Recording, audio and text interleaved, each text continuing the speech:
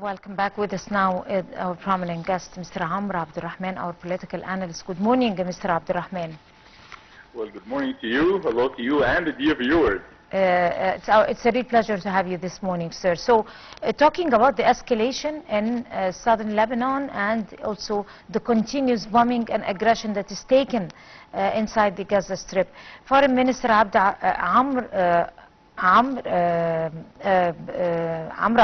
Badr Abdel has been calling for intensifying efforts to hold the aggression and also to contain the situation, because the escalation in those two strategic parts is going to evoke violence inside the region, and exactly this is going to create more aggression in neighboring countries. And Badr Abdel have stressed on that vital importance and threat with the Secretary of State Antony Blinken. So how do you read the scene now?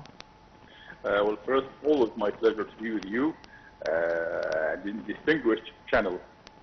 Mr. Badr Abdel, our Minister of Foreign Affairs, has declared the strong and solid situation towards the crisis that is escalation and bringing more branch from Gaza Strip to Western Bank and now to Lebanon. This is a true lead and a true proof that the unit existence has more breeds that we even expected. He's using the events, using each and every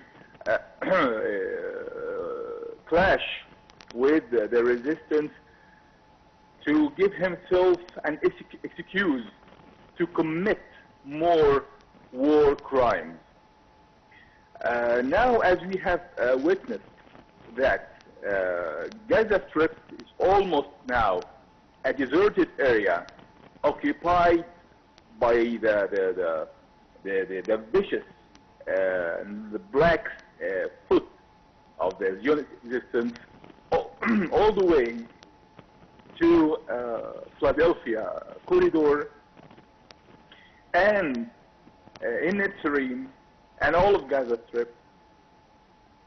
Here we come to another phase of the assault against the Western Bank, despite the people, the Palestinians, the Arabs in Western Bank did never take part in the clashes, in the battles against the unit existence.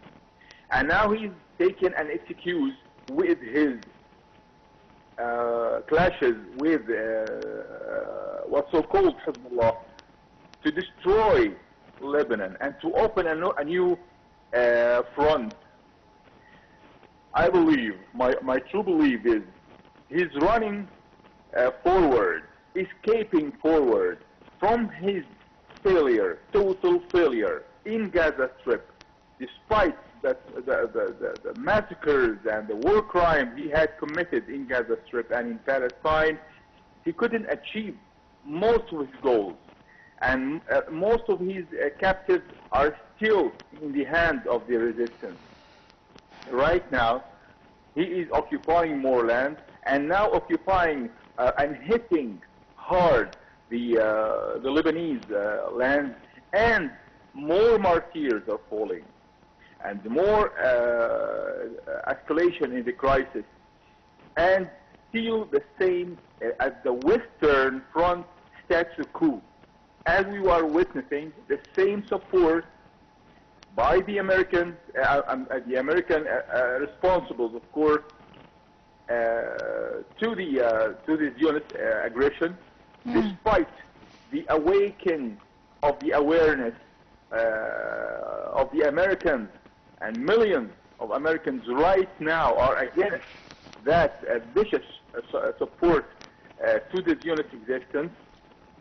But of course, this unit existence, the government, the terroristic government in Tel Aviv is taking advantage of the time before elections, the race between two puppets, if I would call them, whether Harris or Trump, to the powers that are leading the American policies, making an icon to be worshipped of Israel.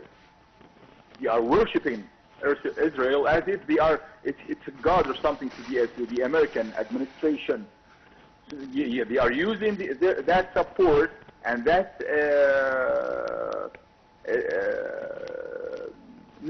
their statements supporting what they call the right of Israel to defend itself, as an excuse, as a paper, as an election paper to use for their own success. So we don't expect anymore but the same situation, the American situation, and all salute to the American nation that is supporting the Arabic rights in the occupied land. Right. Of course, the Minister of Foreign Affairs, Badr Abdel, in an emergency session in the UN Security Council in Lebanon, he stressed of the importance of complete implementation of the UN Resolution number 1701, in addition to immediate unconditional ceasefire in Lebanon and the Gaza Strip over Israel. Now, Israel have rejected a 21-day ceasefire that was agreed upon between Israel, the United States, and European countries. Now it is rejecting it. So how do you read this full flagrant aggression by Israel, defying again for the 100th time the international community, defying the international law, the whole world, and going on against the law and endangering the lives of civilians and causing chaos inside the region? Well, I believe that if we count the international laws that Israel has broken since it was created and cultivated by the Rothschilds and the British colonization in the region, in the Arabic lands, it would be just countless. This is another law to be broken, and of course, the supporters, the regimes, only the regimes that are supporting the Zionist existence are giving Israel an excuse of defending itself. And on the other hand, that proves that the claims of Netanyahu, that he said that the resistance has changed its opinion, and that's why he can't go on with the deal. Well, the deal was already declared, and it was declared in Washington, and most of the points of that deal was based upon Egyptian vision and Egyptian negotiations and Egyptian efforts all along that time that has passed. And the U.S. has put its name on this initiative and declared it. And the Zionist resistance has agreed. And of course, the resistance has agreed. And of course, Egypt and Qatar have also welcomed that situation, that positive situation.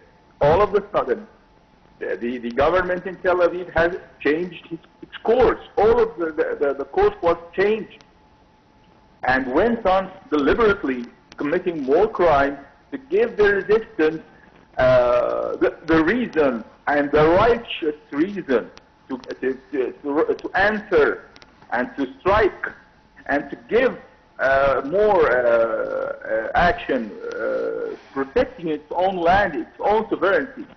I believe that if we are not united as Arabs against this Zionist existence, and we should put off any sound of neutralizing relations with the Zionist existence whatsoever, whether before or after the war is over. It's time to unite all of the Arabic nations around the Egyptian leader and the Egyptian army. This is the only solution. And four, the resistance powers in the occupied lands in Palestine should be united with a true Palestinian Arabic leadership to unite their efforts. It's time to unite the name of Palestine under one flag, not different flags, not different slogans, not different groups. We should forget them. They should forget the past and start right now using this opportunity. The whole nations of the world is behind them. The United Nations finally it has taken a true, solid, and strong stand against this unit aggression. This is an historical opportunity for the PLO to be revived, making this object as a true goal for the resistance power. They forget their greed and power. They forget their differences. It's time to be united. This is the only way I see it. Because I believe that the unit existence only understands the sound of power, the language of power, not negotiations, not political effort, but the sound of power. As we have achieved in the victory of October 6, 1973, that war, that victory has taught the whole world that is supporting Israel a lesson, a historical lesson. And we are ready to give them another lesson if they don't listen to the sound of reason. Right. The question now is, because we have noticed, international observers and the whole world is obviously noticing that the United States this time, France and other European countries, and almost the whole international community is against Israel practices inside the region, and especially its latest aggression against Lebanon.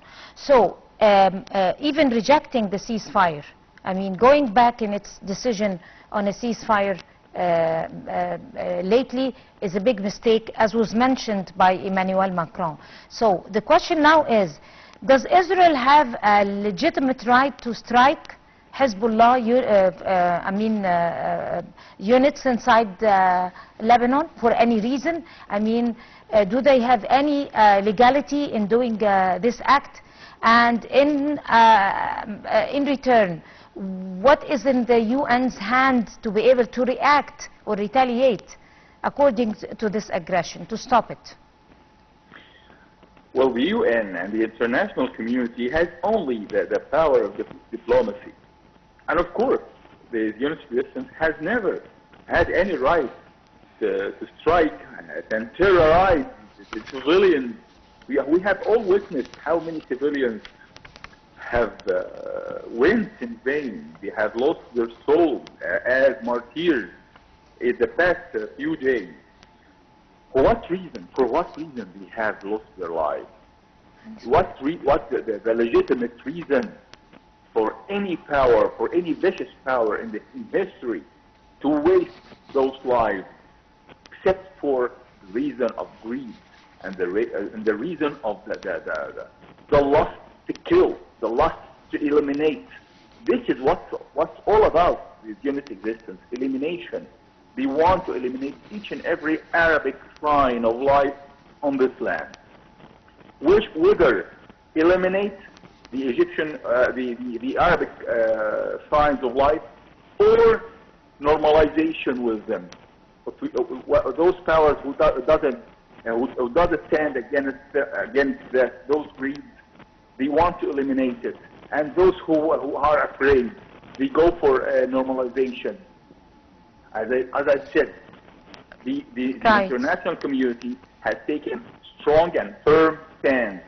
The criminal international court has taken a historical subpoena for Netanyahu as a war criminal, along with others. Exactly. So this is the historical Mr. Abdel, because we're running out of time, unfortunately, my final question to you briefly, what is the outcome of the meeting with Mr. Anthony Blinken, the Secretary of State, and Foreign Minister Badr Abdel from your own assessment? Is there any outcome? Of course. Well, I believe that the American administration is opening more courses of negotiations with the Egyptian counterpart, because they believe, I'm sure, that the feeling, the Arabic feelings and the Arabic motions against what's going on in Lebanon is escalating, and of course they don't need that escalation of feeling anger in the Arabic side. I believe for Mr. Blinken and for the American administration to listen to the sound of reason, the sound of Egypt. Right. Finally, Mr. Rahman, would like to thank you, sir, talking to the Breakfast Show this morning.